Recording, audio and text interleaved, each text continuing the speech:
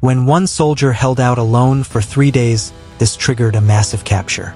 In the fog-shrouded polders of Zeeland, Netherlands, during the bitter autumn of 1944, the Allies fought to open the vital port of Antwerp. It was October 30th, 1944, amid the Battle of the Scheldt, where the Canadian 3rd Infantry Division faced the entrenched German 64th Infantry Division.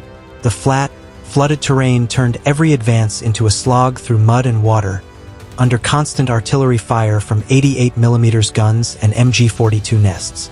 Private Leo Major, a one-eyed scout from the Regiment de la Chaudière, volunteered for a perilous mission deep behind enemy lines.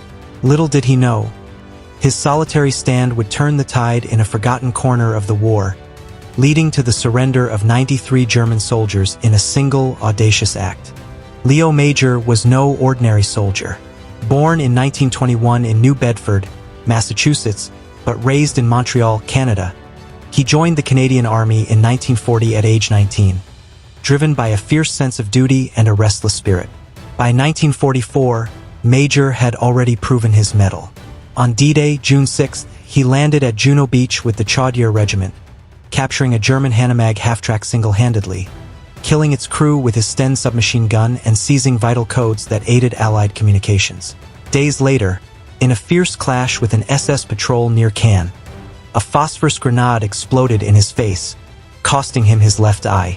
Doctors deemed him unfit for combat, but Major refused discharge, insisting, "I can still aim with one eye." He returned as a scout and sniper, his patch becoming a symbol of unyielding resolve. The strategic situation in the Scheldt was dire. After the breakout from Normandy, the Allies had captured Antwerp on September 4, 1944, but the port remained useless without control of the estuary. The Germans, under Field Marshal Gerd von Rundstedt, flooded the lowlands, creating a quagmire defended by 41,000 troops, including the battle-hardened 64th Division equipped with Panzerfausts, Nebelwerfers, and fortified bunkers along the dikes. The Canadian 2nd and 3rd Divisions, supported by British commandos, suffered heavy casualties, over 12,873 by battle's end in house-to-house fighting across islands like Walcheren and South Beveland. Intelligence was scarce. Allied commanders needed eyes behind the lines to map enemy positions and avoid costly ambushes. Major's unit, the Chaudière Regiment, was stalled near the Leopold Canal, facing relentless counterattacks. On October 28, 1944, regiment commanders assigned Major and Corporal Wilfred Arsenault to a reconnaissance patrol. Infiltrate 5 kilometers behind German lines, observe troop movements, and link with Dutch resistance for 72 hours. But Arsenault fell ill with dysentery from contaminated water, leaving Major to proceed alone. Armed with a Sten gun, 200 rounds, for number 36 mils grenades, a Fairbairn Sykes knife, binoculars, and minimal rations, 2 cans of bully beef and hardtack, Major slipped across the lines under cover of night. The mission was critical. Accurate intel could prevent encirclement of the regiment and open a path to Breskens, hastening the estuary's clearance.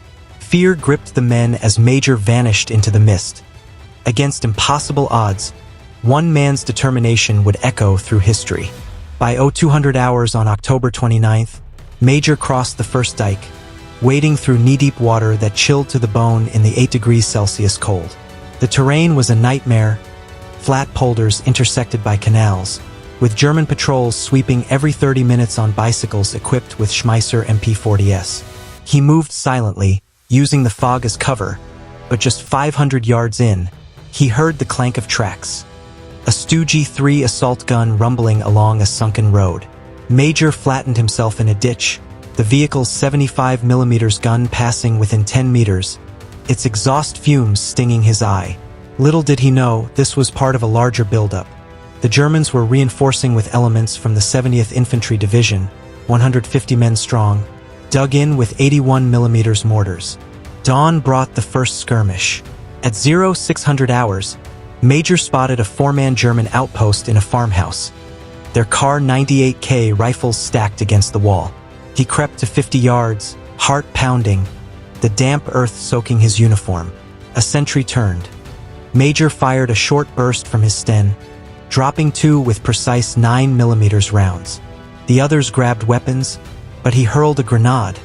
the explosion shredding the door in a flash of shrapnel. One survived, wounded. Major bandaged him roughly and sent him stumbling back as a warning, buying time. Exhaustion set in, he hadn't slept, surviving on adrenaline and sips from his canteen. By midday, the threat escalated. Major reached a raised dike overlooking a German encampment. 100 soldiers from the 64th Division's 1039th Grenadier Regiment, with two 20mm flak guns and supply trucks loaded with 7.92mm ammunition. He noted positions, machine gun nests at 200 yards intervals, wire obstacles 50 meters deep. But a patrol of 8 men spotted his tracks, closing in with dogs barking. Major dashed to a culvert, the hound's snarls growing louder. He held his breath as boots thumped overhead, the bitter scent of unwashed wool and tobacco wafting down. They passed, but tension mounted. Radio chatter crackled nearby, coordinating a search. Night fell like a shroud. At 2,100 hours, Major evaded another patrol, this time 12 men with a MG-34 on a tripod. He circled wide, crossing a flooded field where water rose to his chest, the cold numbing his limbs. Gunfire echoed from the front lines. 3 kilometers away, Nebelwerfer rockets screaming overhead, impacting with earth-shaking thuds. By 0400 on October 30th, hunger gnawed at him. His rations were gone, replaced by scavenged turnips from an abandoned farm. The approaching threat intensified. Scouts reported enemy reinforcements, 200 more troops moving in from Houtkenskirk, supported by 3 Panzer IV tanks with 75mm KWK-40 guns. Major's position was precarious, just 300 yards from the main camp. Whispers of doubt crept in. Could one man survive another day? As the second day dawned, the noose tightened. At 0700 hours, a German reconnaissance plane, a Fiesler Phi 156 Storch, buzzed low, its observer scanning with binoculars. Major burrowed into reeds, mud caking his face, the plane's shadow sweeping over him. Hours later, at 1100, he encountered a lone sentry. A quick knife thrust silenced him, but the body rolled into a canal with a splash, alerting nearby troops. 5 Germans charged, firing wildly. Major returned fire, his Sten jamming after 20 rounds from mud. He cleared it under cover, dropping 3 with aim shots, the others fleeing. Wounded in the arm by a grazing bullet, blood soaking his sleeve, he pressed on, the pain a constant reminder of isolation. By 1400 hours, the enemy numbers swelled. Major counted 150 infantry in the camp, drilling with bayonets fixed, their officers shouting orders in harsh German. Artillery from Canadian 105mm howitzers pounded distant positions. But here, behind lines, silence reigned except for the drip of rain and distant rumble of trucks. Major linked briefly with a Dutch resistance fighter at a hidden drop point, learning of enemy plans for a counterattack at dawn on November 1st. The information was gold, but getting back seemed impossible. Patrols now roved in platoons of 20, with mortars pre-sighted on likely hiding spots. For 3 brutal hours, Major lay motionless as a company marched past, 100 yards away, their boots crunching gravel. Sheer determination kept him going. The weight of command decisions rested on his shoulders alone fail, and his regiment faced annihilation. The tension peaked as evening approached. At 1800 hours, Major spotted a command tent, guarded by 10 men with MP-40s. He considered sabotage, but enemy sentries doubled. The human cost weighed heavy. Memories of lost comrades from Normandy fueled his resolve. What happened next would become legendary. By the evening of October 30th, everything seemed lost. Major, now on his 3rd day alone, was cornered on a narrow dike, the camp just 150 yards away. Hypothermia set in from the relentless rain, his fingers numb on the Sten's trigger. The impossible situation unfolded. A full German company, 100 strong, occupied the position, their sentries alert after the earlier skirmishes. 2 5cm pack 38 anti-tank guns flanked the camp, and a radio operator transmitted coordinates for artillery support from nearby batteries. Major's arm wound throbbed, infection setting in without medical aid. Fear gripped him as a patrol of 15 men swept the dike, flashlights piercing the dusk. He hid in a drainage ditch, water up to his neck, the stench of stagnant mud overwhelming. The dogs returned, sniffing the air, their growls low and menacing. One handler paused 20 feet away, rifle ready. Major's heart raced. Discovery meant torture or execution as a spy. The patrol moved on, but the crisis deepened. At 2,000 hours, the company commander, a Hauptmann with Iron Cross pinned, rallied his men for a night advance, planning to hit Canadian lines at 0400. Major overheard the orders, Angriff auf die Kanadier, realizing his regiment was the target. The deafening roar of nearby artillery began, 88mm shells whistling overhead toward Allied positions. Major was pinned, unable to retreat without crossing open ground under moonlight. Just 200 yards away, the Germans lit campfires, their laughter mocking his solitude. Ammunition low, only 50 rounds left. 2 grenades, escape seemed futile. The sensory assault intensified. The bitter cold seeping through his battle dress, the taste of blood from biting his lip to stay silent, the acrid smoke from enemy cigarettes. Against impossible odds, the triumph of the human spirit flickered. One false move and he was dead. The climax hit at 2,200 hours. Major crept closer, 100 yards from the perimeter, when a sentry spotted movement. Schutzreiptid. Halt! Wer da? Followed by rifle shots cracking the night. Bullets whizzed past, splintering wood. Major dove behind a berm, returning fire sparingly, dropping one assailant. The camp erupted in chaos. Alarms blared, flares arcing skyward, illuminating his position in harsh white light. 30 Germans advanced in skirmish line, bayonets fixed, supported by an MG-42's rapid chatter, 1,200 rounds per minute tearing the air. Shrapnel from a thrown grenade peppered his leg, pain exploding like fire. Surrounded on 3 sides, the canal blocking retreat, Major faced annihilation.